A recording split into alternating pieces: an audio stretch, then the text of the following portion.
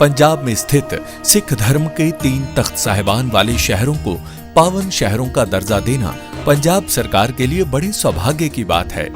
ये शहर है श्री अमृतसर साहिब, श्री आनंदपुर साहिब और तलवंडी साबो।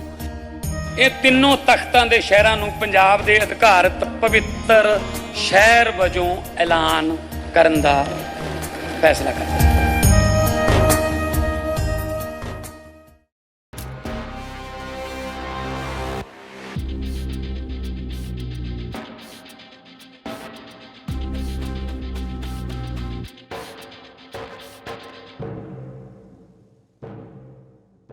इक्कीसवीं सदी में क्या कोई देश दूसरे देश पर हमला करके उसके राष्ट्रपति को पकड़ सकता है? क्या किसी संप्रभु राष्ट्र के तेल भंडार पर कब्जा करके खुलेआम कहा जा सकता है हम तेल के कारोबार में हैं? अगर आपको लगता है ये बातें इतिहास की किताबों में मिलती हैं तो जरा रुकिए, क्योंकि अमेरिका ने वही किया है जो उपनिवेशवाद के दौर में किया जाता था। वेनेजुएला पर हमला, राष्ट्रपति निकोलस मादुरो की गिरफ्तारी, उनको अमेरिका ले जाना, न्यूयॉर्क में मुकदमा और फिर खुला ऐलान, वेनेजुएला का तेल अब अमेरिकी कंपनियां निकालेंगी।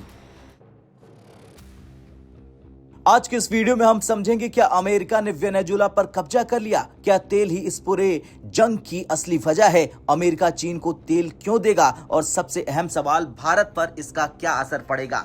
दरअसल अमेरिका ने वेनेजुएला की राजधानी को निशाना बनाया। हवाई हमले हुए, कुछ ही घंटों में वेनेजुएला की सरकार बिखर गई। इसके बाद जो हुआ वो अभूतपूर्व है। वेनेजुएला के राष्ट्रपति निकोलस और उनकी पत्नी को अमेरिका ले जाया गया। अमेरिका का कहना है कि मादुरो पर न्यूयॉर्क में मुकदमा चलेगा, यानी न कोई अंतर्राष्ट्रीय अदालत, न कोई संयुक्त राष्ट्र की प्रक्रिया, सीधा अमेरिका गिरफ्तारी और मुकदमा। ये साफ संकेत है कि अमेरिका अब वेनेजुएला को एक स्वतंत्र देश की तरह नहीं देख रहा। अब सवाल उठता है, अचानक वेनेजुएला क्यों? इसका जवाब है तेल। वेनेजुएला के पास दुनिया का सबसे बड़ा कच्चा तेल का भंडार है, सऊदी अरब से भी ज्यादा। लेकिन सालों से अमेरिकी प्रतिबंध, कमजोर अर्थव्यवस्था, जर्जर तेल ढांचा, इन सब के कारण वेनेजुएला तेल नहीं निकाल पा रहा था। अब ट्रंप ने जो कहा वो खतरनाक था। प्रेस कॉन्फ्रेंस में ट्रंप ने कहा, हमारी बड़ी अमेरिकी तेल कंपनियां वेनेजुएला जाएंगी, अरबों डॉलर निवेश करेंगी, तेल ढांचे को ठीक करेंगी और देश के लिए पैसा कमाएंगी। लेकिन सवाल यह है कि किस देश के लिए पैसा, वेनेजुएला या अमेरिका?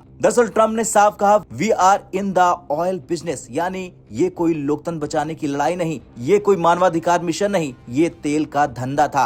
ट्रंप ने आगे कहा, अमेरिका वेनेजुएला का तेल बेचेगा, बड़ी मात्रा में दूसरे देशों को सप्लाई करेगा, तेल ढांचे का खर्च भी कंपनियां उठाएंगी। मतलब साफ है, तेल अमेरिका का, खर्च कंपनियों का, मुनाफा अमेरिका का।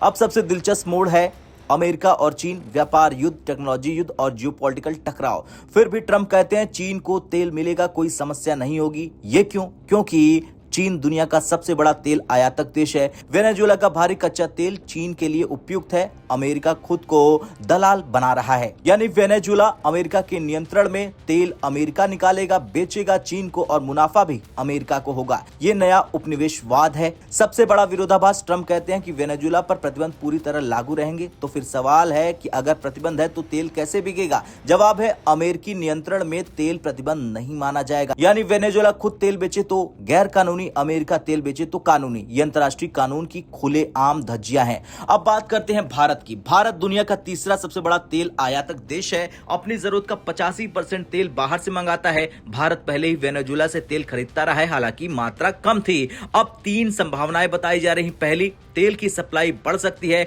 दूसरा, अमेरिका की शर्तों पर। और तीसरा, रणनीतिक जोखिम, यानी आज वेनेजुएला, कल कोई और देश। भारत के लिए चेतावनी है कि ऊर्जा सुरक्षा केवल बाजार से नहीं, नीति से आती है। खैर, कुल मिलाकर वेनेजुएला पर हमला सिर्फ एक देश की कहानी नहीं, ये कहानी है तेल की भूख की, ताकत की, राजनीति की और नए उपनिवेशवाद की। चीन को तेल मिलेगा, अमेरिका पैसा कमाएगा और छोटे देश कुछ ले जाएंगे। अब सवाल यह है कि क्या दुनिया इसे स्वीकार करेगी? क्या भारत को अपनी रणनीति बदलनी चाहिए? हाँ या ना में कमेंट कर जरूर बताएं।